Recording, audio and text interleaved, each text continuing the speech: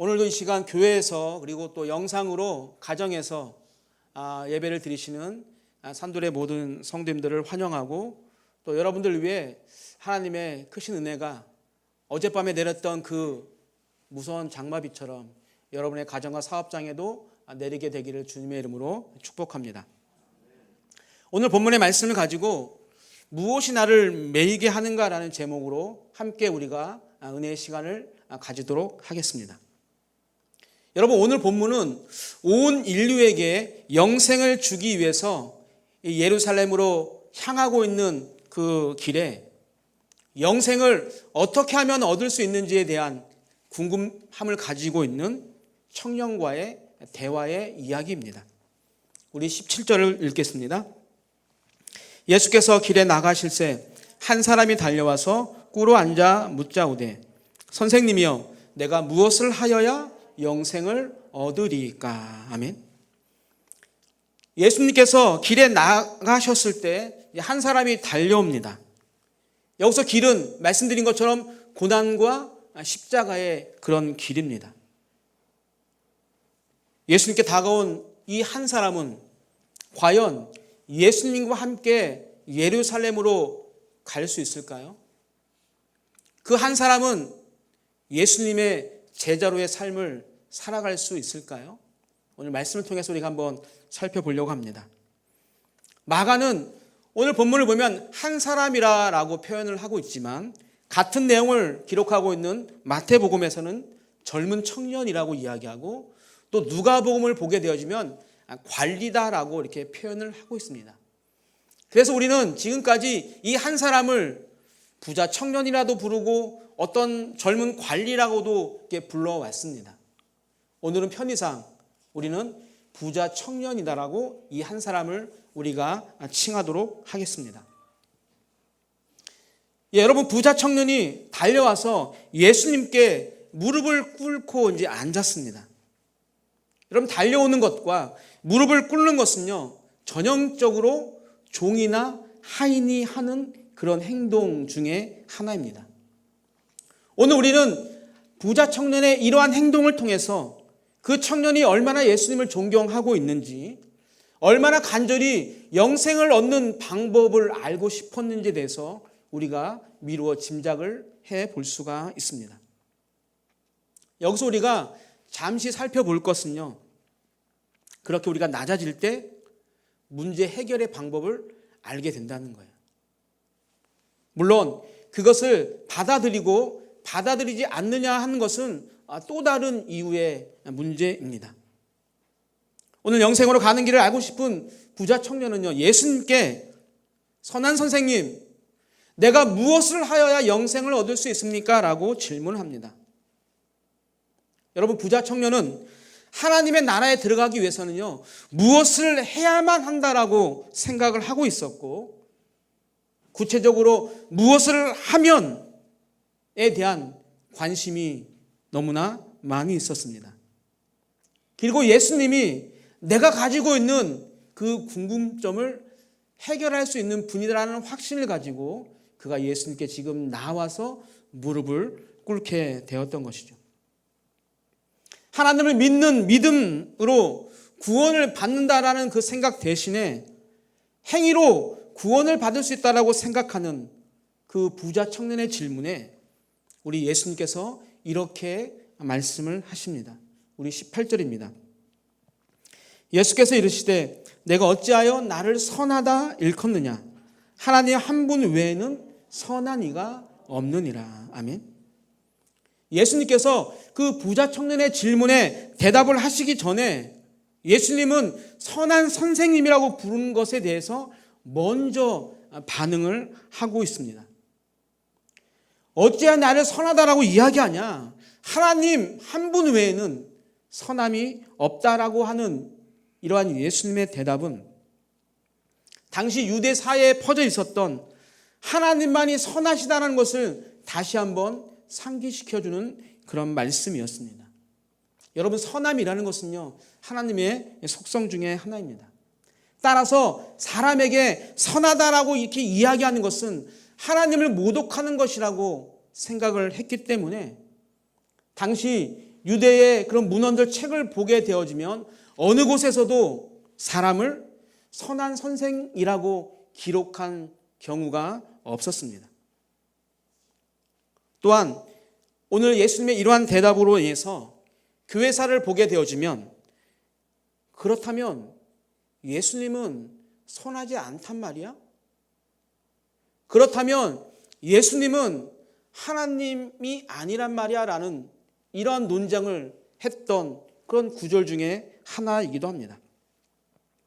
그러나 이 말씀은 예수님이 선하지 않다거나 또 예수님의 신성을 부인하는 것이 아니라 하나님의 그 완전하심에 비교할 때 그 누구도 선할 수 없다는 거예요.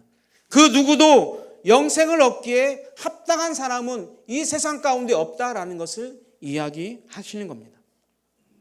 즉 오직 하나님 한 분만이 선하시다라고 대답하심을 통해서 오늘 부자 청년에게 그리고 우리에게 다른 거 바라보지 말고 오직 하나님만 바라보라라고 우리에게 지금 이야기하고 있는 것입니다. 여러분, 선한 분은 오직 하나님 한 분뿐임을 알게 하신 예수님께서 다시 이렇게 말씀을 합니다. 19절입니다. 내가 계명을 안 하니 살인하지 말라, 간음하지 말라, 도둑질하지 말라, 거짓 증언하지 말라, 속여 빼앗지 말라, 내 부모를 공경하라 하였느니라. 아멘. 우리가 잘 알고 있는 것처럼 십계명에 나오는 계명들입니다.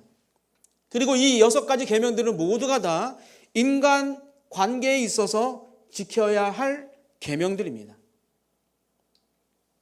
그렇다면 너가 계명을 알고 있으니 살인하지 말라, 간음하지 말라라는 이 말은 나를 따르고 영생을 얻고 싶다면 너는 살인하지 말고 간음을 저지르면 안 돼.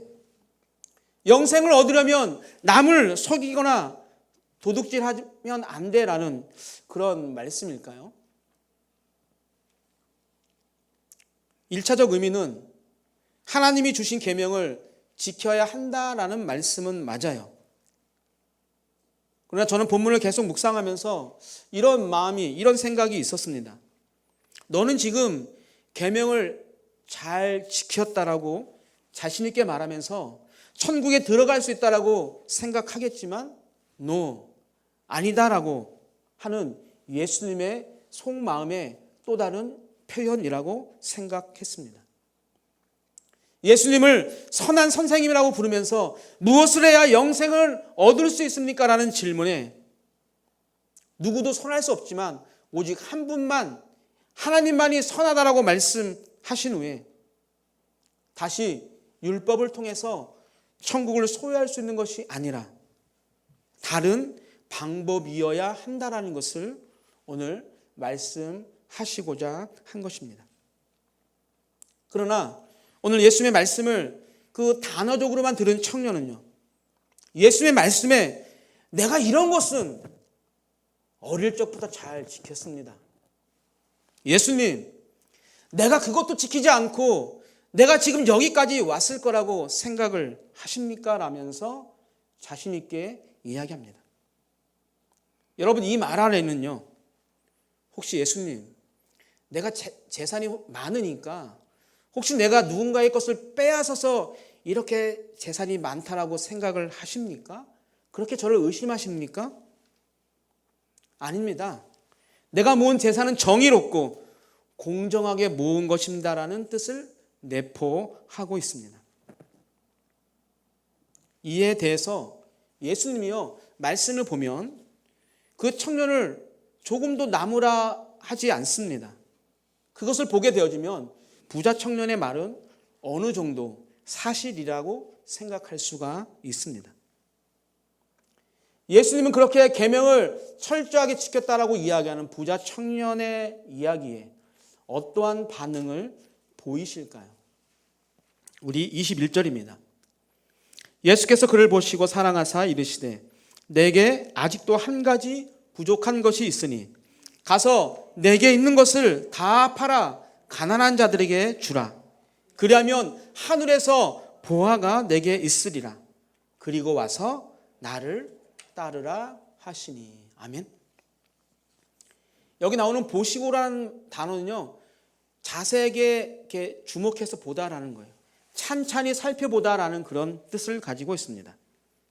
예수님은요, 청년의 마음을, 청년의 속을 자세히 살펴보시고 그 사람을 사랑하셨어요.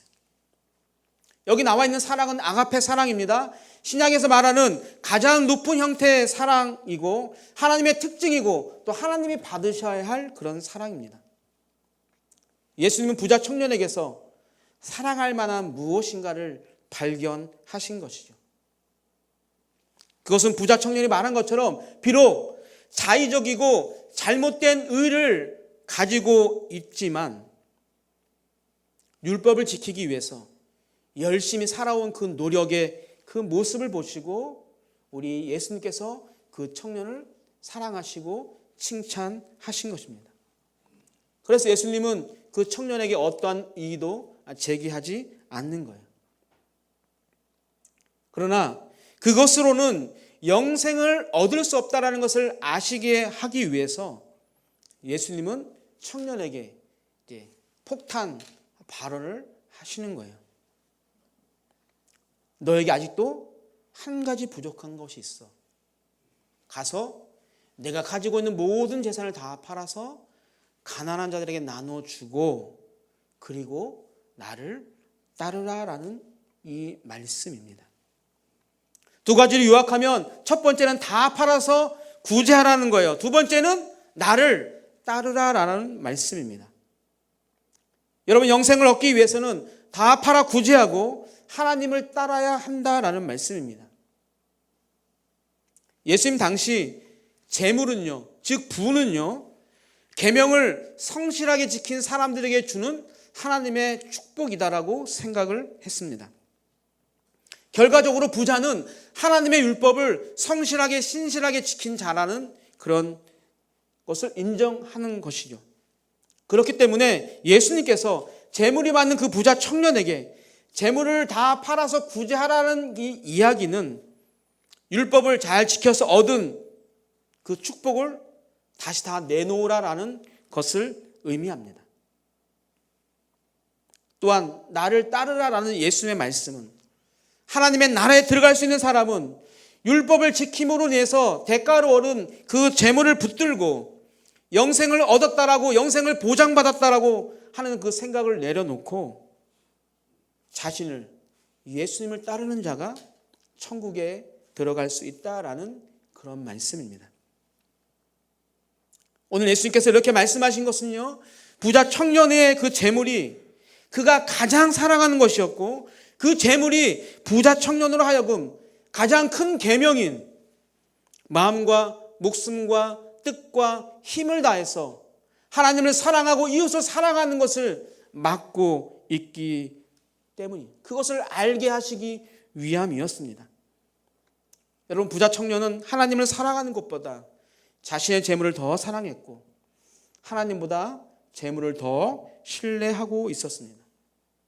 간절하게 영생을 원해서 예수님 앞으로 달려왔지만 재물을 포기할 수 없었습니다. 현실의 부와 내세, 즉 영생 모두를 다 갖기를 원했어요. 그러나 예수님은 장차 영생을 얻기 위해서 무엇을 해야 할지 궁금해하기보다는 지금 무엇을 해야 하는지, 그것을 하면 영생을 얻을 수 있다라고 우리에게 말씀을 하는 것입니다. 우리도 부자 청년처럼 내가 나중에 내가 어른이 되면 내 사업이 어느 정도 자리를 잡으면 좋은 회사에 취업해서 내가 월급을 많이 받으면 이라는 만약 미래에 대한 생각을 할 때가 많이 있습니다.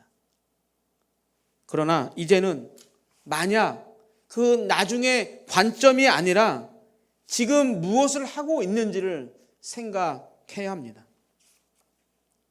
지금 하지 않는 사람은 나중에도 하지 않을 가능성이 많기 때문입니다. 여러분, 드리는 것 누군가를 섬기는 것, 내가 어떤 곳에서 봉사하는 것, 그것은 습관이 되기 때문입니다. 결국 율법을 따르는 것이 예수를 따르는 제자도로 이어지지 않으면 불완전한 율법의 준수가 되어지고 그 율법의 준수는 헛된 준수가 되고 마는 것입니다. 내가 가진 것에 붙잡히거나 매이지 않고 우리는 나누어 주어야 합니다. 그러면 하늘에서 보화가 있을 거라고 말씀하시죠. 무슨 말이냐면 그렇게 나눠주고 나를 따르면 너가 그렇게 원하는 영생을 얻을 수 있다라는 예수님의 말씀입니다. 어떻게 하면 영생을 얻을 수 있습니까? 라는 그런 질문을 가지고 예수님께 왔던 그 청년, 예수님으로부터 극약 처방을 받은 그 청년은 그럼 과연 어떠한 반응을 보일까요? 우리 22절입니다. 그 사람은 재물이 많은 고로 이 말씀으로 인하여 슬픈 기색을 띠고 근심하며 가니라. 아멘. 예수의 말씀에 그 사람은요, 재물이 많았기 때문에 슬픈 기색을 띠고 근심하며 떠나고 말았습니다. 여러분, 슬픈 기색을 띠다라는 단어 한 단어예요. 충격을 받았다라는 뜻이고 하늘이 구름으로 뒤덮였다라는 그런 뜻입니다. 하늘이 구름으로 뒤덮였다는 것은요, 앞이 보이지 않게 캄캄하게 되었다라는 그런 뜻입니다. 그리고 이 근심이란 단어는요, 고통을 가하다라는 그런 뜻이에요.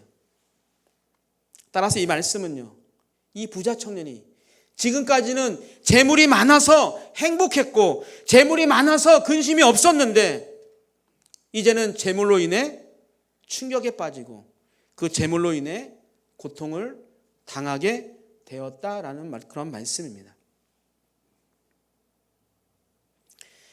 내가 가지고 있는 재물이 조금만 적었더라면, 내가 재물을 버리고 예수님을 따라서 제자의 길을 걸어갔을 텐데라고 생각하지 않았을까요?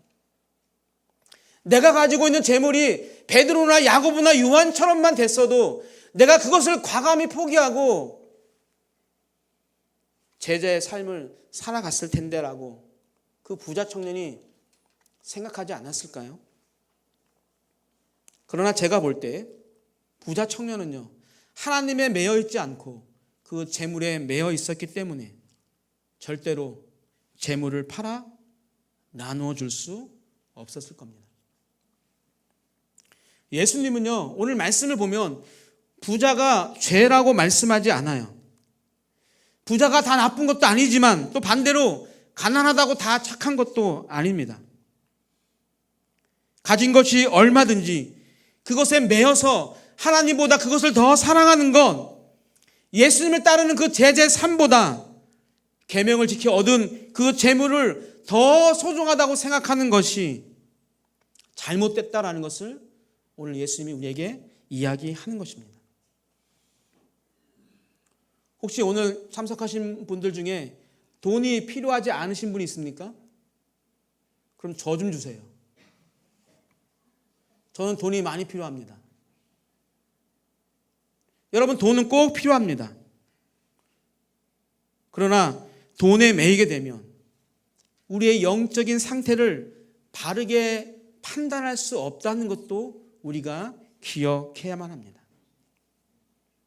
오늘 부자 청년의 이야기를 통해서 여러분들과 오늘도 한 가지만 나누려고 합니다.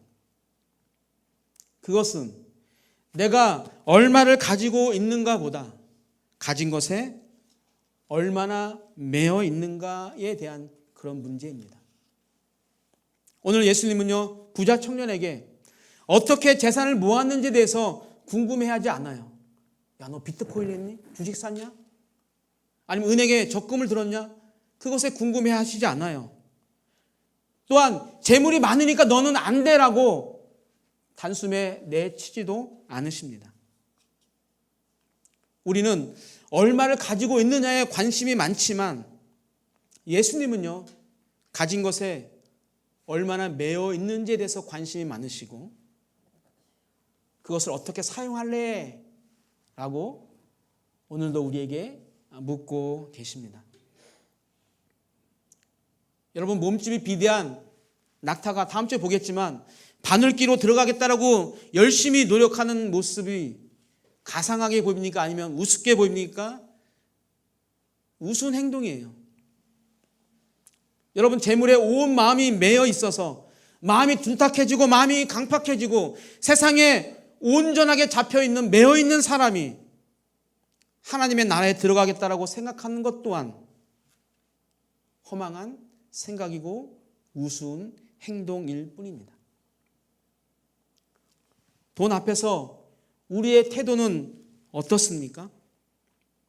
예수님이 남자, 여자의 문제보다 돈에 대해서 더 많이 경고하신 것은요, 성경에서 결코 우연이 아닙니다. 예나 지금이나 너무도 많은 사람들이요, 돈을 구세주로 삼고 살고 있습니다. 여러분, 돈이 있어야 고급 식당에 갈 수 있고, 또 돈이 있어야 명품 백을 멜 수 있고, 돈이 있어야 호화롭고 넓은 아파트에, 주택에 살 수가 있습니다. 지난주 뉴스를 보니까 샤넬인가요? 동그라미 두 개 있는 게 아니, 샤넬인가가 그 핸드백 가격을 100만 원인가 인상을 했대요. 근데 가격이 보니까 900 얼마짜리가 1000만 원이 넘어가더라고. 근데 그것을 사기 위해서 새벽같이 줄을 서서 문을 열면 막 달려가는 그 모습이 영상으로 나오더라고요. 여러분, 돈이 있으면 그런 백을 멜 수가 있어요. 여러분, 그 뉴스를 보면서 여러분들 어떤 생각을 해보셨습니까? 나도 한번 해보았으면 이란 생각이 들었습니까? 아니면 저렇게 부질없는 행동을 하고 있을까라는 생각을 하셨습니까? 그 고객이 청년층이라고 하더라고요. 20, 30대가 이제는 그렇게 돈을 그곳에 쓰면서 나의 가치를 그것으로 보여주려고 한다라고 이야기하더라고요. 저희 교회 그런 가방 메고 오면 안 됩니다. 큰일 납니다. 여러분들이 메고 와도 다 남들이 가짜라고 생각할 거예요. 저 사람은 저거 왜 그게 안 되는데 어떻게 굿즈를 메고 왔을까? 뭐 샤노를 메고 왔을까? 이렇게 할 거예요. 혹시 우리도 하나님보다 그런 곳에 매여 있지는 않습니까? 지금 내가 돈만 움켜쥐려고 하고 있다면, 돈에 내가 매여 살고 있다면 이미 우리는 돈의 함정에 빠져 사는 것입니다. 가진 것 때문에 그것에 매여서 예수님을 떠났던 부자 청년처럼 될 수도 있습니다. 나는 가진 것이 없으니까 너무 다행이다. No. 가진 것이 많은 자에게만 하시는 말씀이 아니죠. 가진 것이 적어도 그것에 매여서 하나님께 드리는 것, 또 어려운 이웃들과 나누는 것에 내가 인색하다면 나는 재물에 매여 있는 자가 맞습니다. 그런 자에게, 그런 사람에게는 돈은 수단이 아니라 가치의 기준이 되어지고 삶의 전부가 되어져 버렸기 때문입니다. 오늘 부자 청년을 보면서 우리는 예수님을 한번 다시 생각해 보았으면 좋겠습니다. 오늘 나오는 부자 청년, 젊은 관리라고 하니까 나이가 얼마나 됐을까요? 30대 아니었을까요? 우리 예수님도 그 당시 31살, 32살이었을 거예요. 그리고 우리 예수님도 굉장히 부자였습니다. 비록 말구에 태어났지만 우리 예수님 되게 부자였어요. 부자 청년이 상상할 수 없을 정도로 부자가 바로 예수님이었죠. 이 세상을 창조하신 온 우주 만물의 주인이셨기 때문에 그 부는요, 말로 표현할 수가 없었습니다. 그런데 예수님은요, 그 막대한 부를 과감히 버리셨어요. 부에 잡혀있지 않았다라는 그런 이야기입니다. 고린도후서 8장 9절입니다. 우리 주 예수 그리스도의 은혜를 너희가 알거니와 부유하신 이로써 너를 위하여 가난하게 되심은 그의 가난함으로 말미암아 너희를 부유하게 하려 하심이라. 아멘.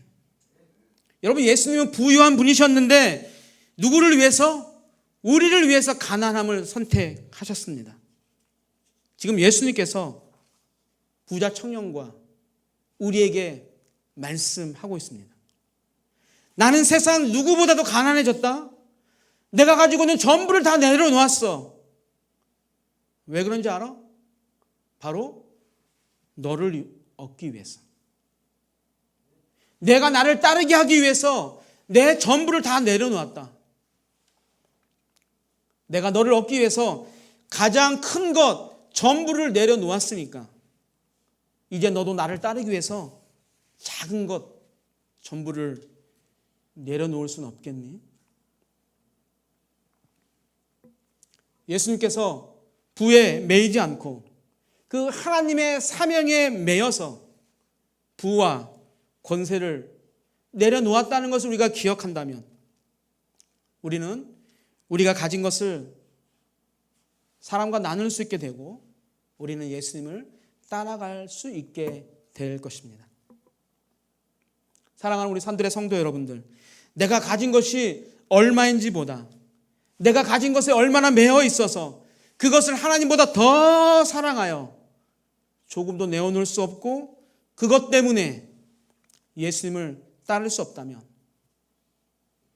가진 양이 문제가 아니라 그것에 매여 있는 우리가 문제입니다. 재물에 매이지 않기 위한 유일한 방법은 우리를 구하기 위해서 전부를 버리셨던 그 부자 청년 예수님을 우리가 바라보는 것입니다. 우리 사랑하는 산돌의 모든 성도님들, 돈과 권력에 매이지 않고 모든 것을 내려놓음으로 인해서 13번째 예수님의 제자가 되기를 주님의 이름으로 축복합니다.